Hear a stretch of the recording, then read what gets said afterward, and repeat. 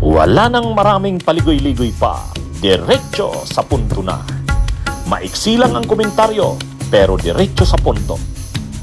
Maraming kuro-kuro, may tiwali, may totoo. Dito, sa puntong diretso tayo. Punto, diretso.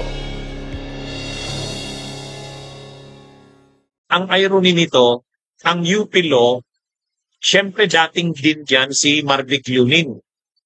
Kaya yung mga law faculty na yan, yung mga teachers na yan sa college, ay mga professors na yan sa College of Law ng UP, dati yan ng mga kasamahan. In fact, naandiran yan ni Leonin kasi naging din siya dati ng UP Law. Dati, siyempre, pinagmamalaki ng UP Law si Leonin kasi na-appoint ni Pinoy noon sa Korte Suprema. Tapos ngayon siya na yung Senior Associate Justice. Tapos nung naging nasa Korte Suprema siya, magaganda ang mga decisions niya, magagaling. Pero ngayon, iba na ang kinalabasan ni Leonin. Sa katunayan, itong statement ng UP Law Faculty ay bangga kontra doon sa mga sinabi ni Leonin sa kanyang desisyon. So ironical, si Leonin na dating dean ng UP Law, College of Law, ay kontra ang kanyang naging desisyon dito sa statement na nilabas ng UP Law Faculty na dati niyang under niya ito at dati siya ang head niya kasi din siya dati ng UP. Ang unang isyong diniscuss ng UP sa statement nito on impeachment as political accountability. Yan. On impeachment as political accountability. Sabi dito, for almost a century, impeachment in the Philippines has existed as a mechanism of political accountability. It is a process formally described by the court as even purely political. Unlike legal accountability via criminal prosecutions for corruption, impeachment did not rely on standards of evidence, proof of elements, and judicial impartiality to function. With its unique moral underpinnings, impeachments are decided only upon the simple question of whether a high public official should continue to be entrusted with public office.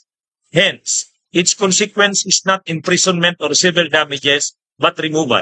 And it is decided not by learned judges, but our elected representatives, including those without legal backgrounds. In this light, decisions and impeachments are products of political and moral judgment, not strict legal analysis.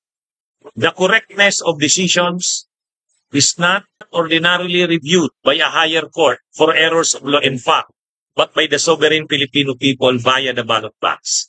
This is precisely why the court had deferred to Congress in defining its impeachment processes, subject only to the Constitution's limited text. Its members, as our elected representatives, are directly answerable to the people.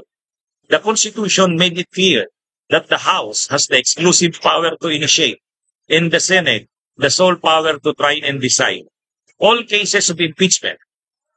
We thus share the view of the Free Legal Assistance Group, FLAG, that the over-judicialization of the process by laying out evidentiary and court-like procedures for Congress, even at the early point of initiation, will permanently change impeachment's nature. So yan mga kabunyog, napakaganda dun pa lang sa una pa lang na part, napakaganda na, mga kabunyog, mga kababayan. Napakaganda na sa unang part pala. Nakita natin na napakaganda ng statement na ito, mga kabunyog. Sa sinabi ng UP College of Law, ang impeachment, hindi siya tulad ng mga criminal prosecutions. Ang isa kasing official, kung gusto mo siyang panagutin sa kanyang nagawang kasalanan o krimen sa bayan, pwede mo naman siyang kasuhan ng kriminal. Pwede mo rin siyang kasuhan ng administrative. Pero ito kasing matataas na officials ng bansa, hindi naman ang nakalagay talaga sa konstitusyon kapag may mga matataas na officials ng bansa, tulad ng President, Vice President, Justices ng Korte Suprema, Ombudsman, Commissioners ng mga Constitutional Commissions, ang paraan ng pagpapanagot sa kanila ay sa pamamagitan ng impeachment. Impeachment. Ngayon, ang impeachment, hindi siya istriktong masyado. Hindi talaga siya istriktong masyado. Hindi siya ginagamitan ng mga istriktong rules ng criminal procedure. Hindi rin yan hindi rin yan ginagamitan ng mga proof of evidence, yung mga elements, yung mga proofs na kinakailangan sa criminal law. Hindi. Kasi ano ba talaga ang impeachment? Administrative? Administrative? Criminal? O ano bang proceedings or civil? Ang sagot mo diyan, wala sa alinman diyan. Hindi siya criminal proceeding, hindi siya administrative, hindi siya civil. Ano pala siya? Sui generis. Sui generis. So ibig sabihin ng sui generis, unique. Yan yung ibig sabihin ng sui generis. Unique on its own. Hindi siya criminal proceeding, hindi siya civil proceeding, hindi siya administrative proceeding. Dahil hindi siya criminal proceeding, yung mga strict na rules ng evidence, proof of elements, and judicial impartiality, hindi hindi yan ina-apply sa impeachment. Kasi iba ang impeachment sa mga proceedings. Unique siya. Sui generis. Yan ang dyan. Kaya yung mga nagsasabing kailangan istriktong sundin ang mga procedures, hindi. Hindi ganyan ang purpose ng impeachment. At dito, ang nagdidesisyon dito, ang korte dito ay hindi mga lawyers, hindi mga judges, hindi magistrates, kaya nga hindi linagay sa Supreme Court, kundi ang nagiging korte dito ay mga elected ng tao. Parang dito, ang naglilitis dito ay ang mamamayang Pilipino.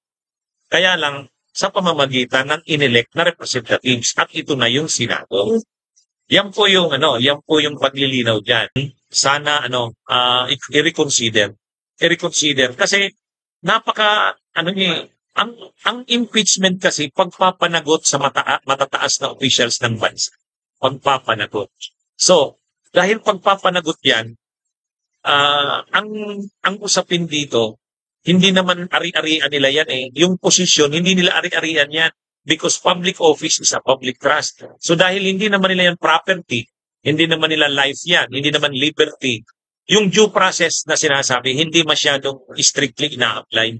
Kasi ang nakalagay sa Constitution, due process, yung no person shall be deprived of life, liberty, or property without due process of law. Article 3 yan ng Constitution, Bill of Rights. Pero hindi naman siya dinideprive dito ng life, hindi naman siya dinideprive ng property, ng liberty, hindi rin siya dinideprive ng property. Ang position, kung matatanggal man siya sa posisyon, removal from office, hindi naman yan hindi naman sa'yo yung posisyon na yan. It is a sacred, it is not a sacred right. It is a given privilege. Pribilehiyo lang yan ang binigay. Kaya dapat impeachment, hindi ganun ka-stricto yan. Hindi ina-apply yung mga strict rules ng evidence, ng mga elements ng crime, hindi yun. Kasi it is a class of its own, sui generis nga. Bunyog, halikan na kasama ka. Bunyog, kapag buklod ay may pag-asa. Luzon, Visayas, Mindanao, isa ang pananaw. Sa bagong Pilipinas ang bunyog isisigaw. Bunyog.